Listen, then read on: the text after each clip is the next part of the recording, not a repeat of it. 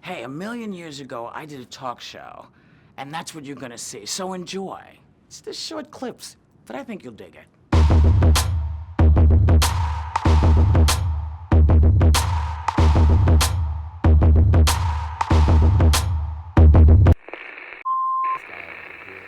Thank you for coming. Glad to be here. Yeah, I'm sitting here with what I hope will be our next vice president, Al Gore. Now listen, your dad was a U.S. Senator. Right. You grew up in and around the nation's capital. And in Carthage, Tennessee. We went back and forth every year of my life. Really? Yeah. Now, what was that like? What were your early impressions of the political system? Has it changed a whole lot? Has it become more accessible to the people? It's changed in a lot of ways. It changed big time when television became the dominant medium of communication. I remember when people started, for the first time, recognizing my father when he would walk through airports, and that came after the television network started putting on a half-hour news program every evening. It's changed in a lot of ways, some for the good, some for the bad. I think that people are rightly fed up with politics the way it has been conducted. But there are an awful lot of good people trying to reclaim this country and trying to make campaigns a conversation about our nation's future again, instead of just a war of slogans and buzzwords. And I hope that we can be successful in doing that. Do you think people can really feel like they have a stake in the way the political climate can go? And how do you inspire people to get up and go out and pull that lever?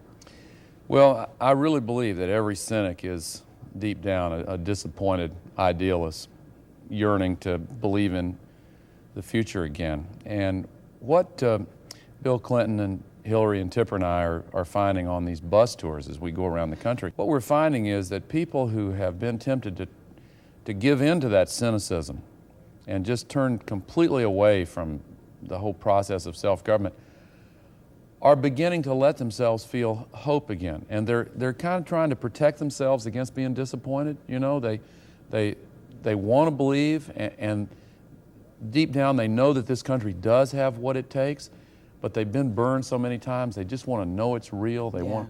And we get back on the bus after seeing the hope in these people's faces, and we tell ourselves, you know, we don't have all the answers to all these problems, but we are not going to let these people down.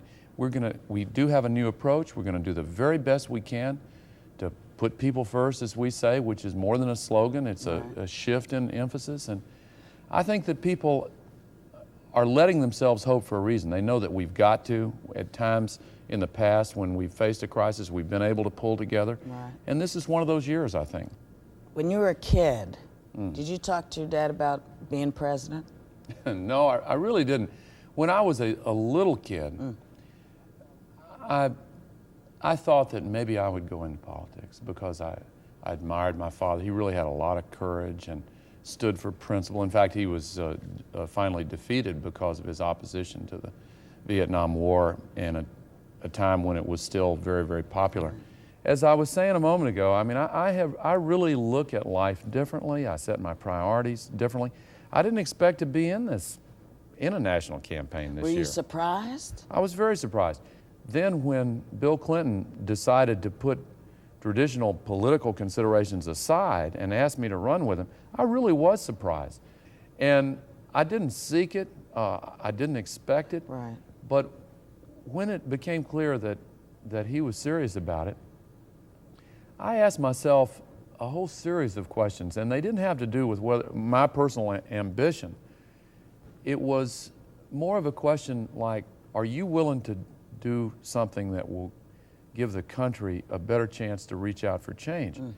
And all the things I care about, I really believe would be worse off with another 4 years of Bush and Quayle. I really believe that. I think that we will have a really good chance to deal successfully with issues like the environment, health care, the economy in a Clinton-Gore administration. So I agreed to go through this process, and it's been a very interesting experience. I've been enjoying it. I mean, we share the same dreams for the future of this country, And we've really developed a wonderful working relationship. Same with Hillary and Tipper. The four of us, you know, you get to know people real well on a bus trip across the country.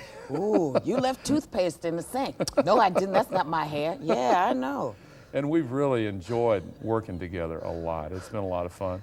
You know, I ran for president in my freshman term as in the Senate, and it was an interesting experience. One of the jokes they told about me in that campaign was, "How can you tell Al Gore from a room full of Secret Service agents?" And the answer is, he's the stiff one. But you know, I think that. I think some of the Secret Service agents are among us laughing over there. Yeah, really.